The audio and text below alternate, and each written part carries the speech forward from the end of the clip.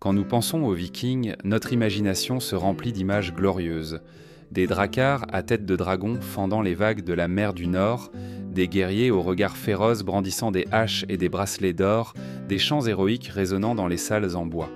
Cependant, il y a un moment où l'épopée s'arrête, un vide inconfortable dans les sagas et la poésie skaldique. C'est juste après la bataille, lorsque le fracas des boucliers a cessé et que les vainqueurs lèvent leurs cornes d'hydromel pour trinquer. Là, le récit devient nébuleux, passé sous silence par commodité. Ce qu'il advenait des femmes capturées, dont de ces prétendues branchiogènes ou captives de guerre, est rarement mentionné dans les sources officielles, mais laisse de profondes traces dans les lois médiévales, sur les marchés aux esclaves qui s'étendaient de Dublin à Constantinople et dans les tombes anonymes découvertes sous la terre humide de Scandinavie. La vérité dérangeante est que le destin de ces femmes n'était ni romantique ni accidentel.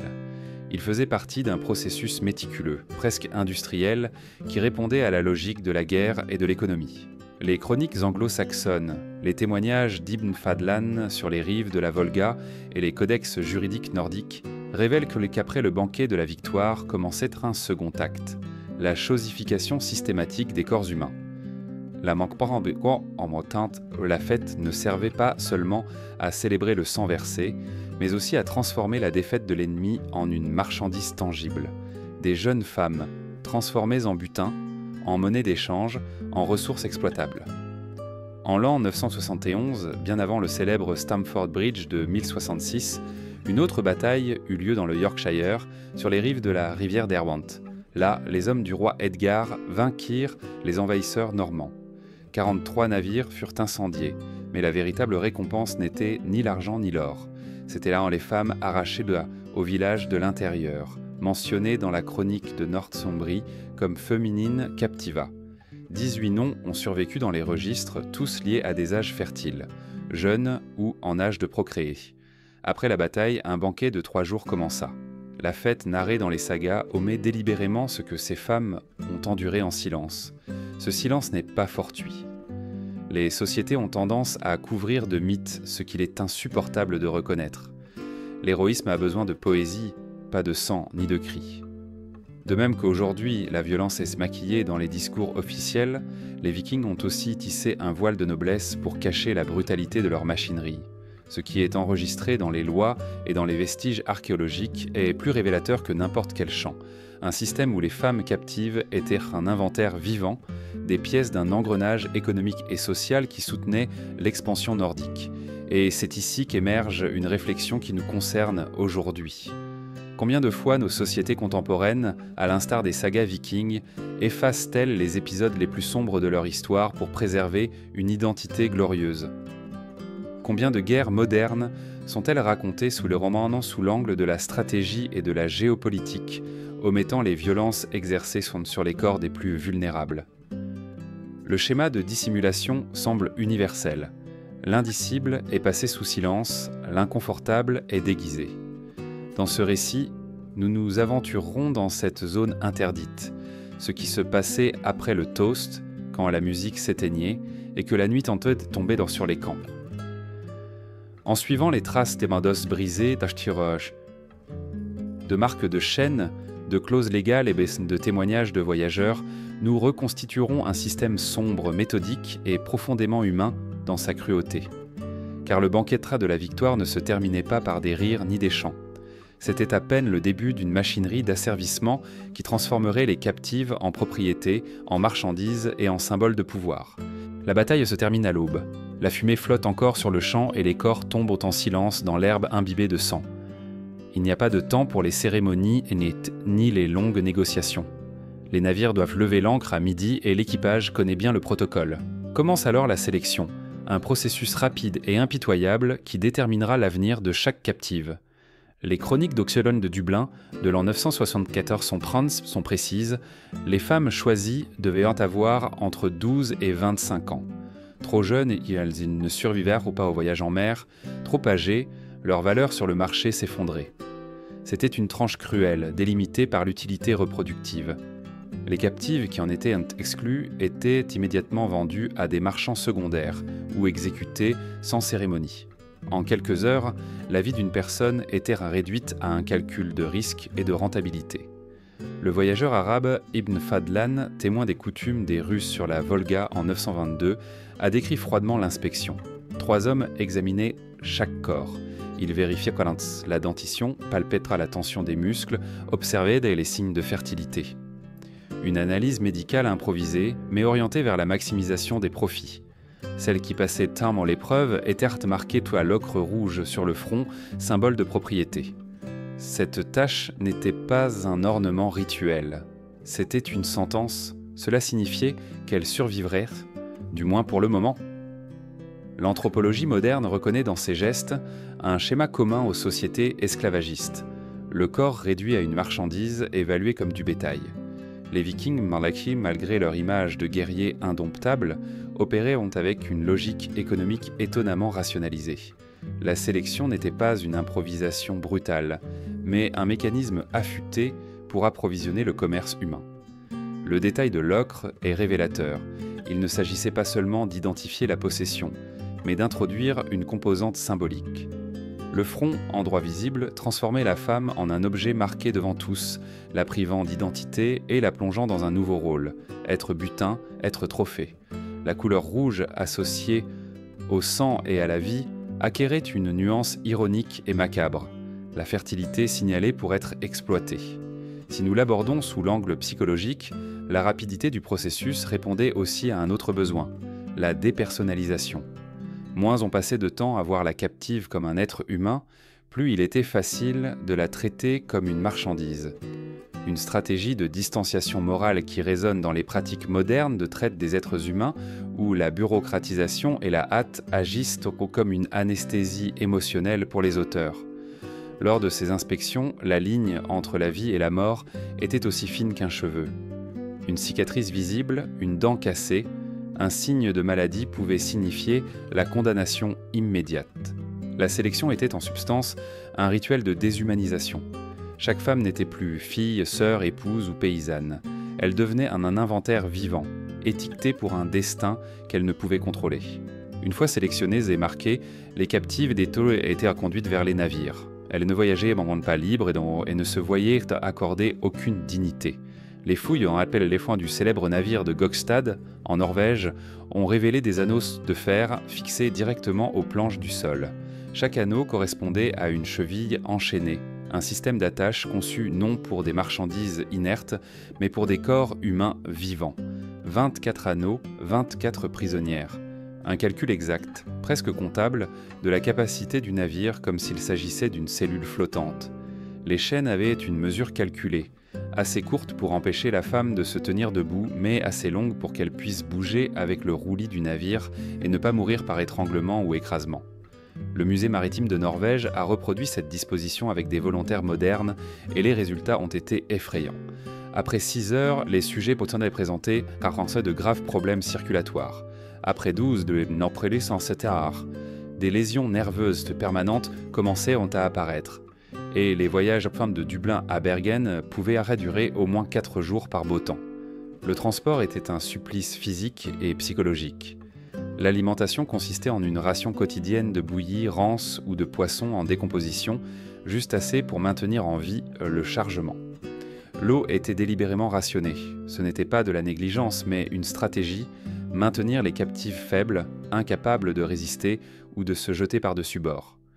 Dans les sagas, il est mentionné, presque avec une froideur administrative, que les 7 Svénans, les esclaves survivantes, brisaient mais vivants. La faiblesse faisait partie du plan. La mer du Nord ajoutait son propre enfer. Les navires vikings étaient des embarcations ouvertes, sans protection contre la pluie ou le vent. Le froid mordait sans pitié ceux qui ne pouvaient pas bouger pour générer de la chaleur corporelle. L'hypothermie en tuait beaucoup avant d'atteindre le port. Les chroniqueurs islandais ont enregistré des voyages où la moitié des captives mouraient au milieu des tempêtes. Les cadavres étaient jetés à l'eau, puis enregistrés comme perte de transport, sans plus de différence que s'il s'agissait de ballots de céréales. La logistique exigeait une prévision industrielle. Dans les colonies normandes, les forgerons fabriquaient des fers en masse. Des ateliers entiers, dédiés uniquement à la production de chaînes et d'anneaux, ont été découverts, preuve que le commerce humain n'était pas occasionnel, mais une affaire systématique. Le fait que la capacité exacte de chaque navire soit planifiée démontre une mentalité d'entreprise appliquée à l'horreur. Les escales sur des îles comme Gotland fonctionnaient comme des stations de transit. Là, les captifs des deux étaient retenus dans des enclos en pierre, avec des anneaux de fer incrustés dans la roche et des canaux taillés dans le sol pour drainer les excréments. Une archéologie de la souffrance qui est encore conservée, déguisée sous des forêts tranquilles, qui cachent ce qui fut autrefois des centres de distribution de chair humaine.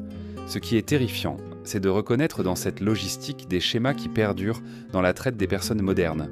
Routes, centres de rétention, alimentation minimale pour maintenir la marchandise en vie. Le temps change, mais la logique de la déshumanisation persiste. Ainsi, la traversée en mer n'était pas un simple transfert. C'était la première étape d'un système soigneusement calculé pour briser le corps et l'esprit. Qui survivait au voyage était déjà marqué pour toujours, non seulement sur le front avec l'ocre, mais dans la mémoire avec des cicatrices invisibles. Lorsque les navires atteignirent un port sûr ou un village allié, commençait la célébration que les sagas décrivent avec fierté, bien que toujours avec un voile de silence sur les captives. C'était le banquet de la victoire, un rituel collectif qui remplissait plusieurs fonctions: renforcer la cohésion du groupe, légitimer la violence et distribuer le butin humain. Le processus était rapide et ordonné.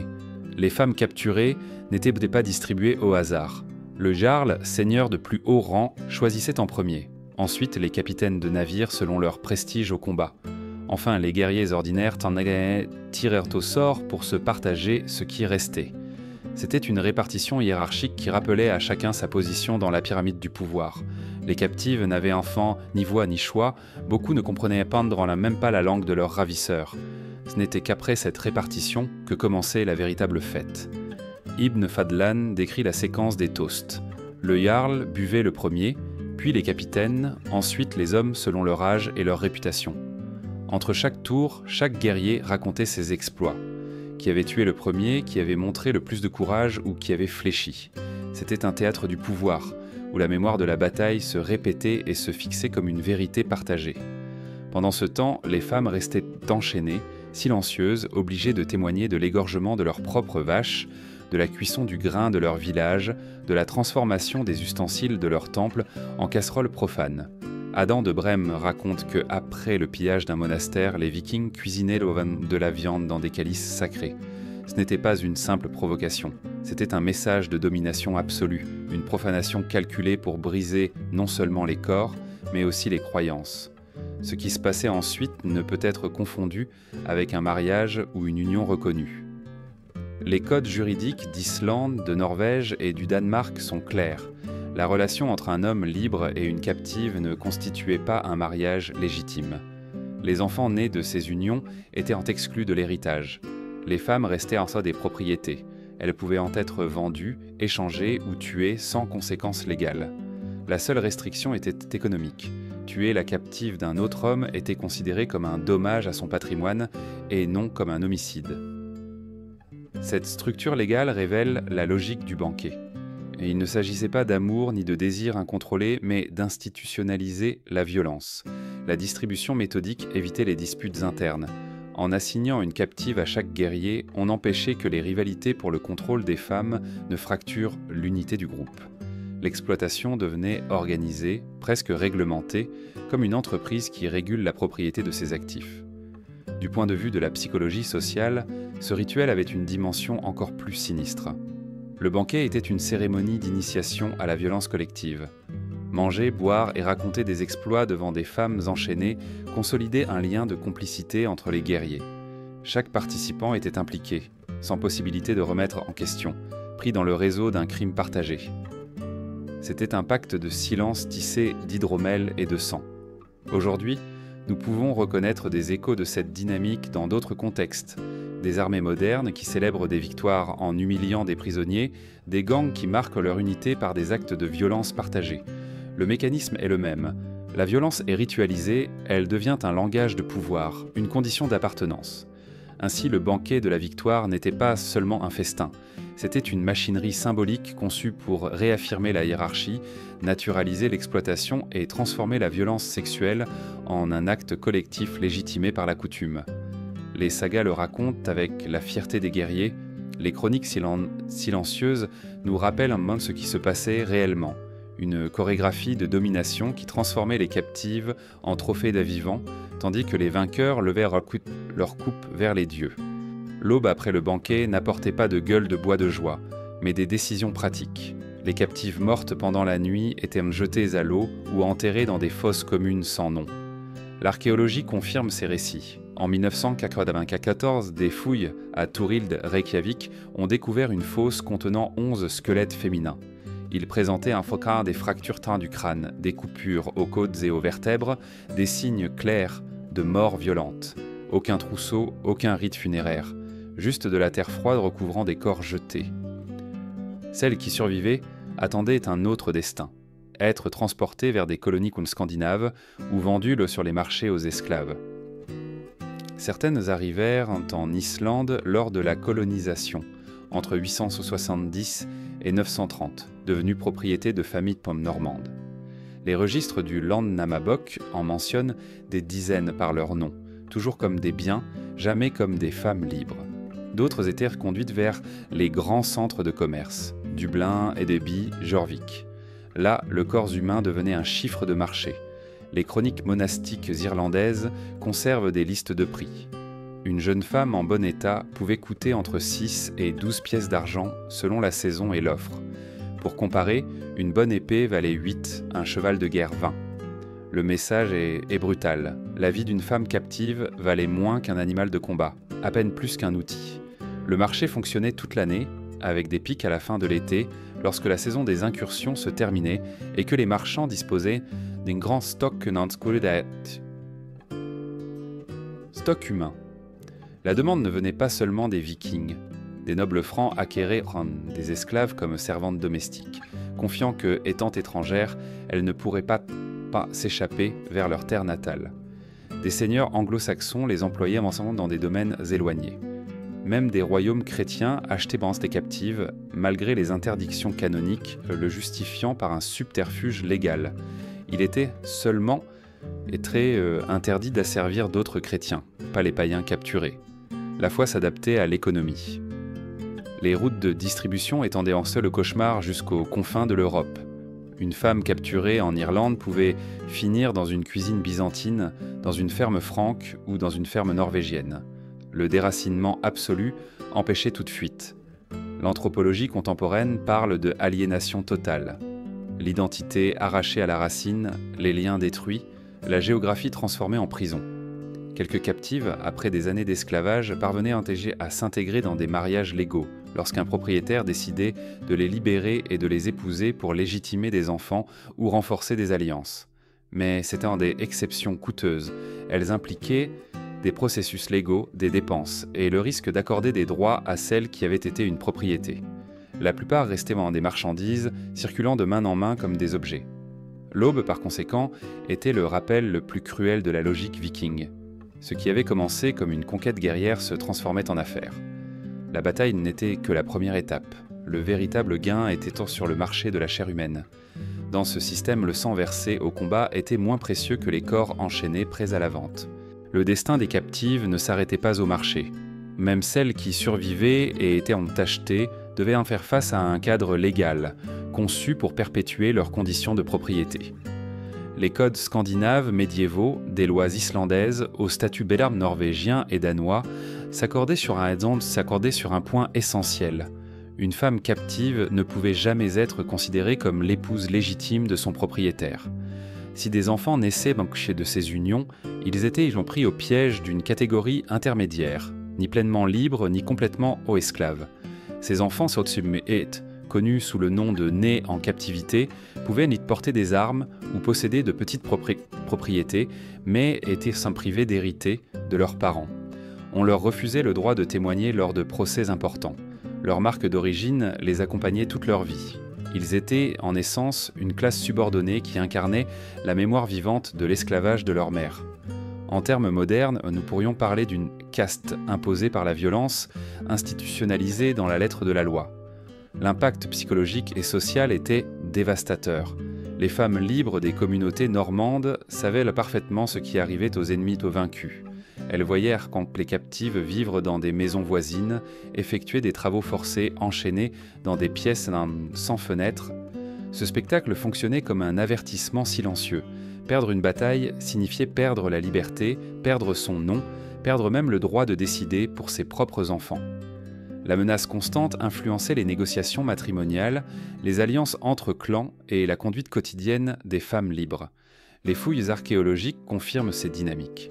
Dans les grandes colonies de Vikings, on a découvert de petites chambres, sans ventilation, adossées aux salles principales avec des anneaux de fer incrustés dans les murs. C'est là que vivaient les esclaves, séparés du reste, nourris de restes de viande de moins bonne qualité, cuites dans des ustensiles en argile bon marché.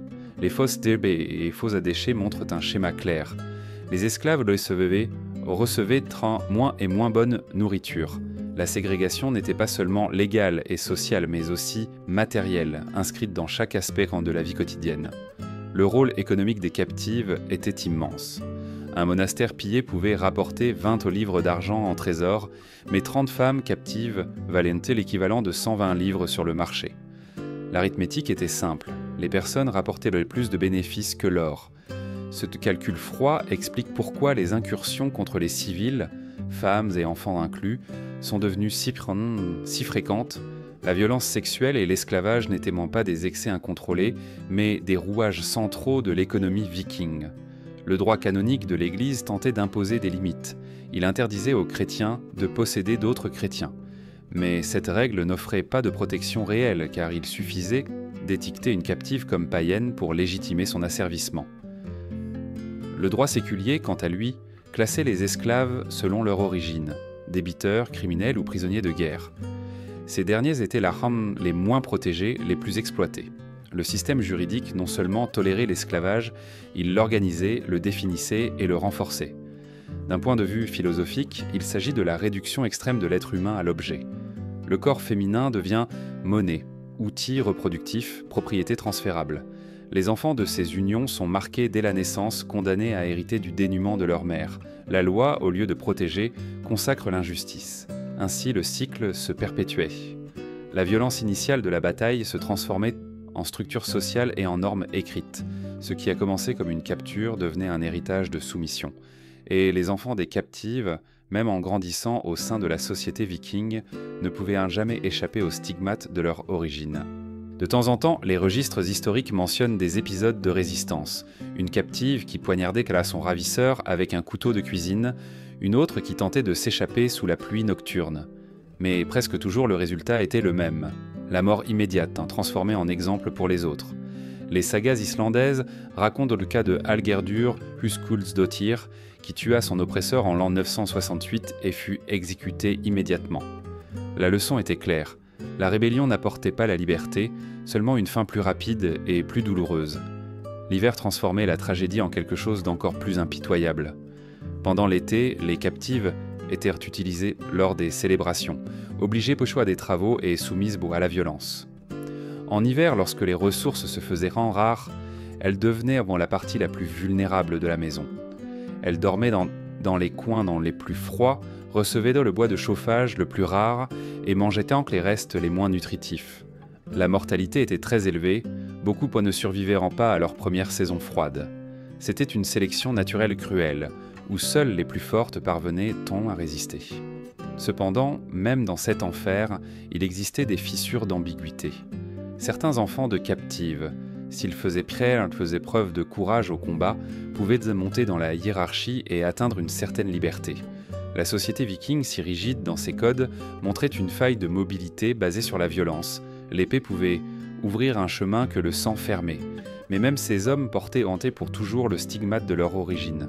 L'insulte de fils d'esclaves les poursuivait toute leur vie, leur rappelant que le lignage était une chaîne aussi dure que le fer. Le contrôle sur la fertilité des femmes était une autre forme de domination. Les femmes libres du Nord connaissaient les herbes pour éviter les grossesses ou provoquer des avortements. Cette sagesse devenait une arme silencieuse. Certaines aidaient les captives à ne pas concevoir, leur allégeant une partie de la souffrance. D'autres, en revanche, refusaient délibérément, préservant l'utilité reproductive des esclaves pour maintenir leur propre supériorité sociale.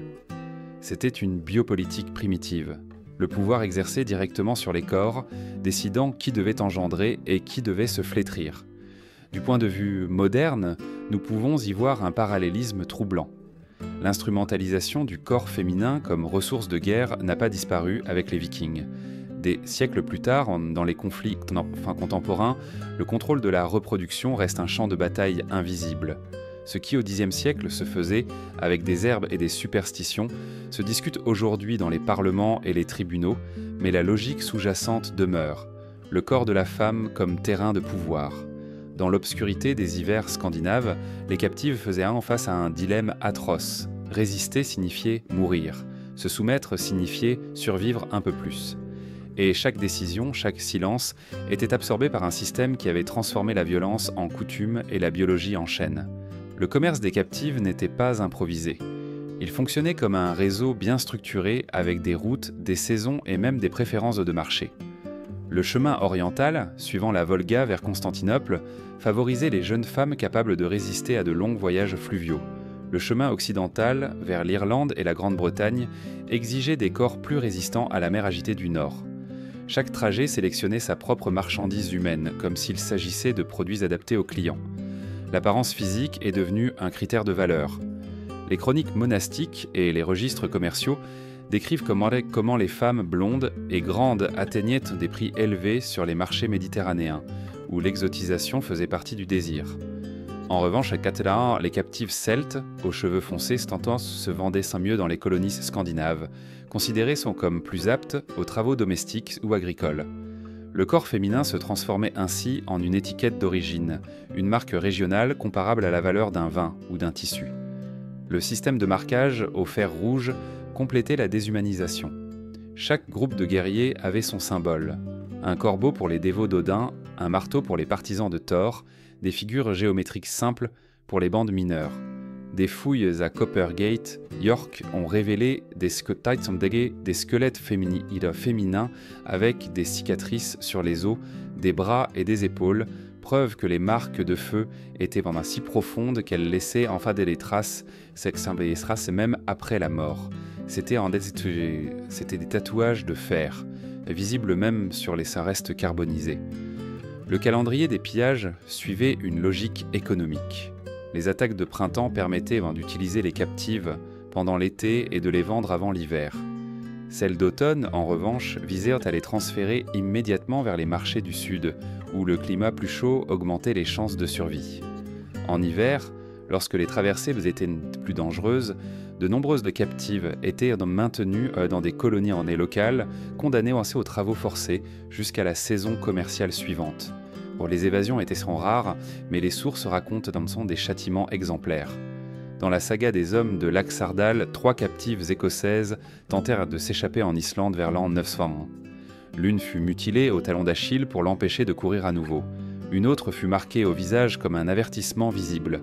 La 3e fut assassinée sans plus, transformée en leçon pour toutes. Le message était clair. Le corps de la captive ne lui appartenait ni dans la vie ni dans la mort. Même la religion n'offrait aucun refuge. Les moniales capturées dans les couvents étaient vendues au même titre que les paysannes. Parfois, elles étaient même cotées plus chères en raison de la supposition qu'elles savaient lire et écrire comme compétences utiles pour les tâches domestiques ou administratives. La foi chrétienne, qui interdisait d'asservir des coreligionnaires, était ignorée avec un pragmatisme brutal lorsque les bénéfices étaient en jeu. L'annihilation de l'identité faisait partie du processus. Les noms originaux étaient remplacés, les langues interdites, les mères séparées de leurs enfants, les sœurs vendues à différents propriétaires. L'objectif était d'effacer tout lien qui pourrait inspirer la résistance. La chronique des rois d'Alba mentionne explicitement le sac d'Iona en 825. 43 femmes capturées, aucune retenue avec des parents. L'isolement était l'outil le plus efficace pour briser les volontés. Même les soins médicaux étaient régis par des critères de rentabilité. Les blessures réduisant la capacité de travail étaient traitées, les maladies incurables étaient ignorées. Sur les pierres runiques de Gotland apparaissent des références à des guérisseuses esclaves, femmes maintenues en vie uniquement pour leur connaissance des herbes et des soins. Même en médecine, le corps féminin était valorisé comme instrument, non comme être humain. Ainsi, le système complet, de la préférence esthétique à la marque de feu, du calendrier des incursions à l'interdiction des liens familiaux, fonctionnait comme une chaîne d'approvisionnement parfaitement ajustée. Et le plus perturbant est que cette rationalité froide rappelle les réseaux modernes de traite.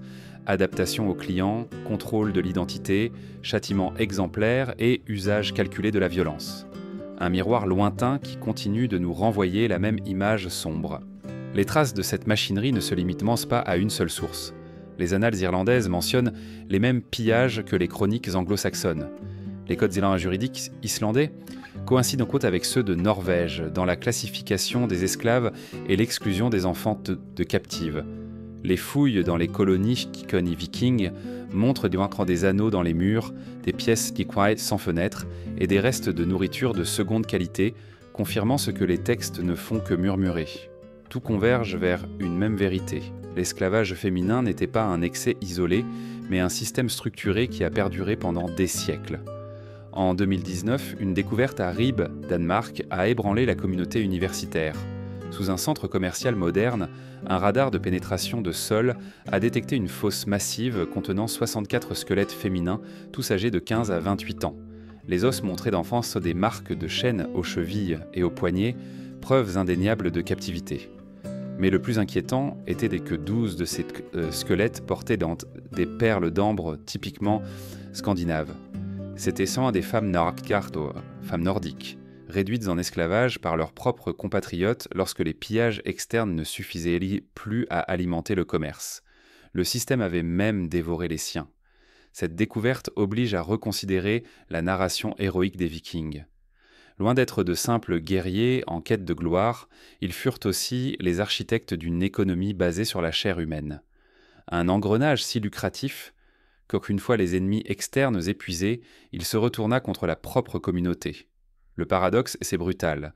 La civilisation qui a construit des sagas de liberté et de conquête a fini par asservir ses filles pour soutenir la machinerie qui l'enrichissait.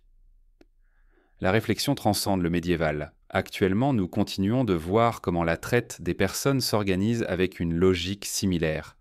Route mondiale, critères de sélection, effacement des identités, normalisation de la violence dans des systèmes légaux complices. Les chaînes ont changé de forme, mais la rationalité sous-jacente demeure.